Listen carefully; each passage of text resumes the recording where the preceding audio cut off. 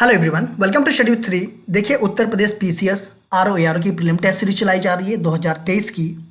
यह test number आपका 24 है। 23 टेस्ट ऑलरेडी कंप्लीट हो चुका है। प्ले लिस्ट बना रखी है, आप लोग जाकर के देख सकते हैं। देखिए, अगर आप किसी भी स्टेट पीसीएस की तैयारी कर रहे हैं, चाहे वो बीपीएससी हो, एमपीपीएससी हो, झारखंड पीसीएस हो, उत्तराखंड पीसीएस हो या फिर छत्तीसगढ़ पीसीएस हो, आरएस हो, तो आप इस सीरीज को देखिए, आपको काफ़ी फायदा होगा। या किसी वनडे एग्जाम की तैयारी कर रहे हैं तो भी आप टेस्ट सीरीज को देखिए, क्योंकि जो भी क्वेश्चन है वो सभी प्रतियोगिता परीक्षाओं के लिए काफ़ी महत्वपूर्ण है। देखिए, फर्स्ट टाइम जो विजिट कर रहे हैं हमारे चैनल पे, चैनल को सब्सक्राइब कर लें। सब्सक्राइब करने के बाद बेल आइकन को प्रेस कर लें कि जब भी वीडियो आए तो उनको नोटिफिकेशन मिल जाए। बहुत सारे लोग पूछते हैं कि टेस्ट नंबर 1 से कहाँ मिलेगा, तो आप हमारे चैनल पर जाएंगे तो एक प्ले लिस्ट मिलेगा उत्तर प्रदेश पीसीएस 2023 का टेस्ट सीरीज का। वहाँ पे आपको टेस्ट नंबर 1 से टेस्ट नंबर 24 तक मिल जाएगा। तो जिन लोगों ने अभी देखा नहीं है वो टेस्ट नंबर 1 से स्टार्ट करें और टेस्ट नंबर 24 तक देख लें। तो स्टार्ट करते हैं।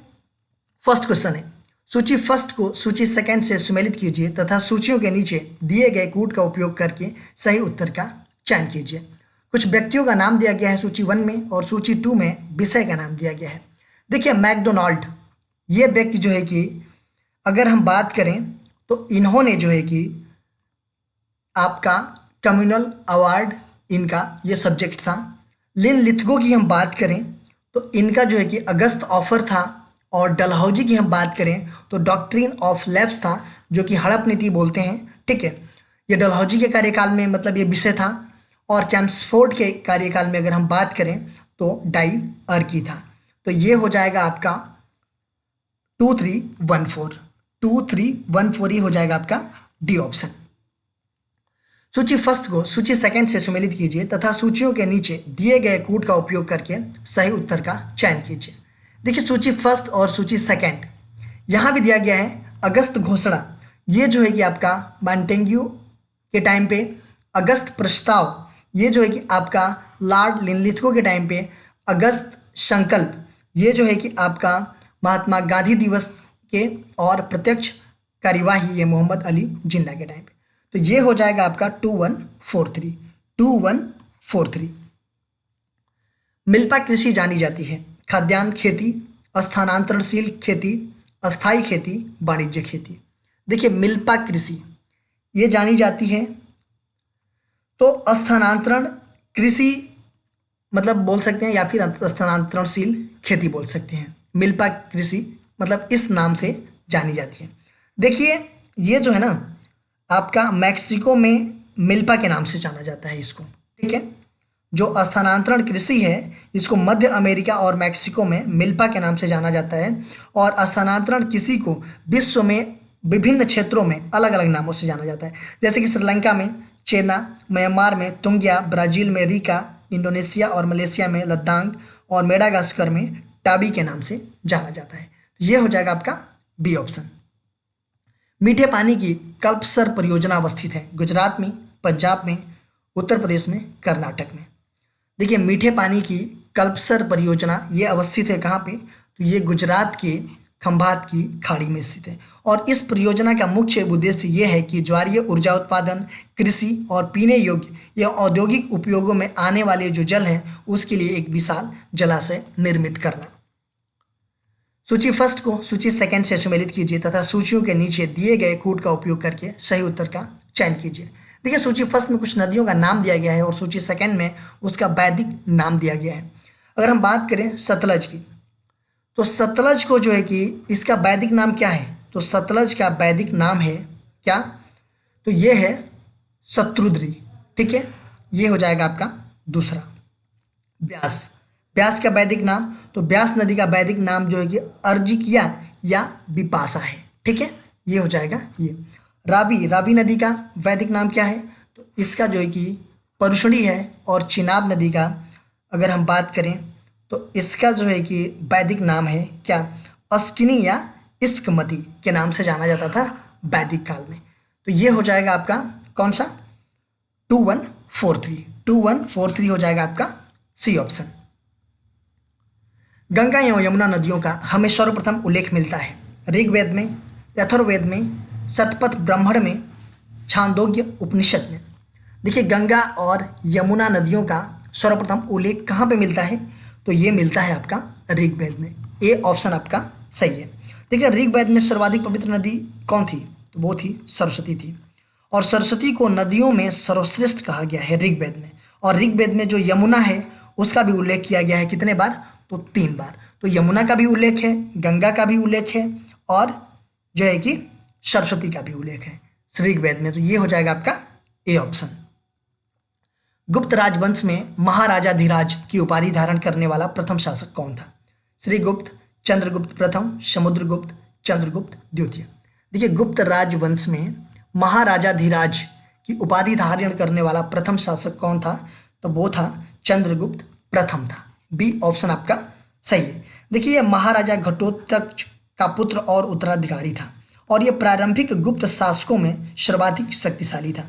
देखिए राज्यारोहण के बाद ये अपनी महत्ता सूचित करने के लिए अपने पूर्वजों के विपरीत ये जो है कि महाराजा धीराज की उपाधि धारण की थी।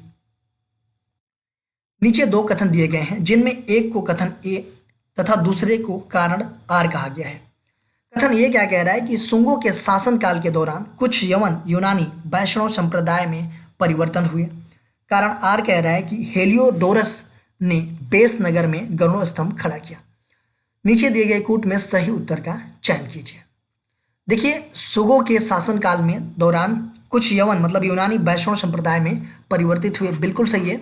और हेलियोडोरस ने बेस नगर में गरुड़ स्तंभ खड़ा किया, ये भी सही है। तो ये हो जाएगा आपका ए। कथन ए तथा कारण आर दोनों सही है और कारण आर जो है कथन ए की सही व्याख्या भी करता है। तो ये हो जाएगा आपका ए ऑप्शन। अशोक मेहता समिति के संबंध में निम्न कथनों पर विचार कीजिए। पंचायती राज कार्यक्रम की असफलता के कारणों का अध्ययन करने एवं उन्हें प्रभावी बनाने के सुझाव देने के लिए 1977 में इस समिति का गठन किया गया था। इस समिति ने पंचायती राज व्यवस्था के त्रिस्तरीय ढांचे के स्थान पर द्विस्तरीय ढांचे की संस्तुति की। इसमें से सही क्या है? बात की जा रही है अशोक मेहता समिति की। देखिए अगर हम बात करें अशोक मेहता समिति की तो इसका गठन जो है कि 1977 में किया गया था पंचायती राज व्यवस्था के मूल्यांकन तथा इसे और प्रभावशाली बनाने के लिए। देखिए इसमें 13 सदस्य थे और इसने अपनी रिपोर्ट जो है कि 1978 में प्रस्तुत किया था। तो इसने जो है कि पंचायती राज व्यवस्था के जो त्रिस्तरीय ढांचे थे उसके स्थान पे ये द्विस्तरीय ढांचे की संस्तुति दी थी। त्रिस्तरीय क्या था पहले? तो ये था ग्राम स्तर पर ग्राम पंचायत, प्रखंड स्तर पर पंचायत समिति, जिला स्तर पर जिला पंचायत, जिला परिषद सॉरी। और ये क्या किया? ये त्रिस्तरीय ढांचा के स्थान पे क्या किया? ये द्विस्तरीय ढांचे की संस्तुति की। मतलब कि जिला स्तर पर जिला परिषद होना चाहिए और मंडल स्तर पर मंडल पंचायत होना चाहिए। तो ये भी सही है और ये भी सही है। तो ये हो जाएगा आपका सी ऑप्शन। मीथेन गैस उत्पादन करने वाला क्षेत्र है गेहूं के खेत, कपास के खेत, धान के खेत, मूंगफली के खेत। देखिए मीथेन गैस CH4 उत्पादन करने वाला क्षेत्र है कौन सा? तो धान का खेत है। कम जल में उगने वाले पौधे क्या कहलाते हैं? मरुद्भिद, जलोद्भिद, शमोद्भिद, इनमें से कोई नहीं। कम जल में उगने वाले पौधे क्या कहलाते हैं? तो ये कहलाते हैं आपके क्या? मरुद्भिद। ए ऑप्शन आपका सही है। देखिए कम जल बोल लीजिए या शुष्क स्थानों में उगने वाले पौधे मरुद्भिद कहलाते हैं। देखिए जलोद्भिद की बात हम करें तो ये जल में उगने वाले पौधे होते हैं और समोद्भिद की बात करें तो ये औसत जल में उगने वाले पौधे होते हैं, जैसे कि सामान्य वर्षा तथा ताप वाली जो मध्यम जलवायु उगने वाले ये पौधे होते हैं, ये जो है कि समोद्भिद होते हैं। निम्न कथनों को पढ़कर कोट के अनुसार सही उत्तर का चयन कीजिए। गोवा को 1987 में पूर्ण राज्य का दर्जा प्राप्त हुआ। हरियाणा राज्य 1966 ईस्वी में पंजाब से पृथक होकर के 17वां राज्य बना। देखिए गोवा जो है ना, देश आज़ाद हो जाने के बाद से भी पुर्तगालियों के अधीन था ये, और पुर्तगालियों ने 1961 ईस्वी में भारतीय प्रशासन को ये सौंपा। लेकिन पूर्ण राज्य का दर्जा कब मिला? 1987 में। ये सही है। हरियाणा राज्य जो है कि 1966 ईस्वी में पंजाब से अलग होकर के कौन सा?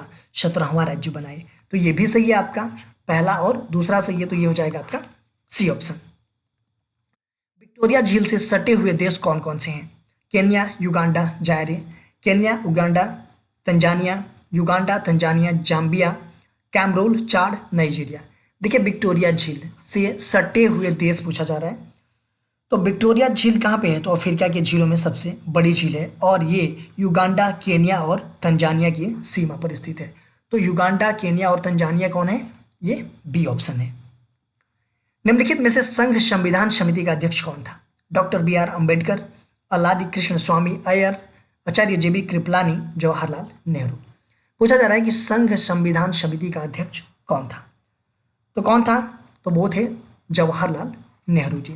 डॉक्टर बी आर अम्बेडकर की हम बात करें तो डॉक्टर बी आर अम्बेडकर जो है कि प्रारूप समिति के अध्यक्ष थे। अल्लादी कृष्ण स्वामी अय्यर ये भी जो है कि प्रारूप समिति के सदस्यों में से थे और आचार्य जे बी कृपलानी जी ये मूल अधिकार उप समिति के अध्यक्ष थे। 84 गुंबद स्मारक यूपी के किस जिले में है? लखनऊ, कालपी, बिठुर, फतेहपुर। 84 गुंबद ये जो है कि उत्तर प्रदेश के किस जिला में है? तो ये जालौन में पड़ता है, कालपी में। बी ऑप्शन आपका सही है। बिग इंच पाइपलाइन के द्वारा क्या प्रभावित किया जाता है, प्रवाहित किया जाता है? जल, पेट्रोलियम, दूध, गैस। देखिए बिग इंच पाइपलाइन इसमें जो है कि पेट्रोलियम प्रवाहित किया जाता है। बी ऑप्शन आपका सही है। देखिए बिग इंच और लिटिल बिग इंच इनको जो है कि सामूहिक रूप से इंच पाइपलाइन बोलते हैं। ठीक है, इंच पाइपलाइन के रूप में जाना जाता है। ये जो है कि टेक्सास से न्यू जर्सी तक फैली हुई है और इसे 1942 से 44 तक जो है कि इसको बनाया गया था। ठीक है, तो ये हो जाएगा आपका बी ऑप्शन। भारतीय मौसम विज्ञान विभाग स्थापित है जोधपुर में, नई दिल्ली में, हैदराबाद में, पुणे में। भारतीय मौसम विज्ञान विभाग ये कहाँ पे स्थापित है? तो ये है आपका बी, नई दिल्ली में। देखिए भारतीय मौसम विज्ञान विभाग ये जो है कि भारत सरकार के जो पृथ्वी विज्ञान मंत्रालय है उसके अंतर्गत आता है और इसकी स्थापना कब किया गया था? तो 1875 ईस्वी में इसकी स्थापना किया गया और इसका हेडक्वार्टर जो है कि न्यू दिल्ली में है। सत्यशोधक मंडल की स्थापना किसने की थी? ज्योतिबा फुले, एम.जी. रेनाडे, गोपाल हरि देशमुख, आत्माराम पांडुरंग। सत्यशोधक मंडल की स्थापना किसके द्वारा किया गया था? तो ये किया गया था ज्योतिबा फुले के द्वारा। देखिए 1873 ईस्वी में मुंबई में किया गया था। गोपाल हरि देशमुख की हम बात करें तो इनको लोकहितवादी नाम से जाना जाता है और इन्हें 1878 ईस्वी में गीता तत्व और सुभाषित का प्रकाशन किया था। आत्माराम पांडुरंग जो है कि ये 1867 में प्रार्थना समाज की स्थापना किया था। निम्नलिखित में से किस ब्रिटिश अफसर ने बंगाल में जमींदारी के स्वामित्व संबंधी अधिकारों का विरोध किया? Cornwallis, James Grant, John Shore, Philip Francis. पूछा जा रहा है कि निम्नलिखित में से किस ब्रिटिश अफसर ने बंगाल में जमींदारी के स्वामित्व संबंधी अधिकारों का विरोध किया था? तो वो थे कौन? वो जेम्स ग्रांट। बी ऑप्शन आपका सही है। देखिए इन्होंने बंगाल में जमींदारी के स्वामित्व संबंधी अधिकारों का विरोध किया और उसने समस्त भूमि सरकार को बताई तथा जमींदार को केवल कर संग्रहकर्ता माना। तो ये हो जाएगा आपका बी ऑप्शन। थियोसॉफिकल सोसाइटी का अंतर्राष्ट्रीय मुख्यालय कहाँ है? Vrindavan, Adyar, Geneva, New York. देखिए थियोसॉफिकल सोसाइटी का अंतर्राष्ट्रीय मुख्यालय कहाँ पे है? तो ये है आपका अड्यार में। देखिए थियोसॉफिकल सोसाइटी का गठन जो है कि 1875 ईस्वी में न्यूयॉर्क में मैडम ब्लावत्स्की एवं कर्नल अल्काट ने किया था और 1883 ईस्वी में भारत में अड्यार मतलब कि इसका कार्यालय खुला, मतलब अड्यार में कार्यालय खुला जो कि इसका क्या था? अंतर्राष्ट्रीय मुख्यालय भी था। तो ये हो जाएगा आपका बी ऑप्शन। देखिए क्वेश्चन पूछा गया था आप लोगों से पिछले वीडियो में, इसका आंसर आप लोगों को कमेंट बॉक्स में देना था कि उत्तर प्रदेश ने उच्चतम औद्योगिक विकास दर प्राप्त की थी 5वीं पंचवर्षीय योजना में, 6वीं पंचवर्षीय योजना में, 10वीं पंचवर्षीय योजना में, 11वीं पंचवर्षीय योजना में। तो उत्तर प्रदेश में जो उच्चतम औद्योगिक विकास दर प्राप्त की थी वो थी 6ठी पंचवर्षीय योजना में। अच्छा 6ठी पंचवर्षीय योजना का कार्यकाल आप लोग बताइए कमेंट बॉक्स में मुझे, ठीक है। देखिए आज का क्वेश्चन है कि भारतीय स्वतंत्रता के समय ब्रिटेन में किस पार्टी की सरकार थी? लेबर पार्टी, स्वराज पार्टी, सर्वदलीय पार्टी, किसान प्रजा पार्टी। तो जब भारत स्वतंत्र हुआ उस टाइम पे ब्रिटेन में किस पार्टी की सरकार थी? ये जो है कि आपको कमेंट बॉक्स में बताना है। इसका आंसर मैं नेक्स्ट वीडियो में आप लोगों को बताऊंगा। आप मेरे चैनल को सब्सक्राइब कर लीजिए, सब्सक्राइब करने के बाद से बेल आइकन को प्रेस कर लीजिए कि जब भी वीडियो आए तो आपको नोटिफिकेशन मिल जाए। मेरा दूसरा चैनल है श्री GS पॉइंट, इसको भी सब्सक्राइब कर लीजिए, बेल आइकन को प्रेस कर लीजिए मेरा फेसबुक एक पेज है स्टडी विद श्री के नाम से, और स्टडी विद श्री 25 और श्री जीएस पॉइंट ये टेलीग्राम ये इंस्टाग्राम पे हमारी आईडी है, तो यहाँ भी फॉलो कर लीजिए। और स्टडी विद श्री ये टेलीग्राम का आईडी है। इन सब सारे का लिंक जो है कि आपको डिस्क्रिप्शन में मिल जाएगा, वहाँ पे क्लिक करते हैं आप यहाँ पे पहुँच जाएंगे। दोस्तों इन सब सारे जगहों पे ज्वाइन हो जाइए, क्योंकि इन सब सारे जगहों पे स्टडी से रिलेटेड चीज़ें पोस्ट की जाती है, जिससे आप लोगों को फ़ायदा पहुँच सकता है। दोस्तों वीडियो अच्छी लगती है तो आप लोग लाइक किया कीजिए, एक अच्छा सा कमेंट्स कर दिया कीजिए, अपने दोस्तों में शेयर जरूर किया कीजिए। अगर वीडियो अच्छी नहीं लगती है तो आप लोग डिसलाइक कर दिया कीजिए, और कमेंट बॉक्स में मुझे बताइए कि डिसलाइक क्यों किया। वीडियो देखने के लिए धन्यवाद।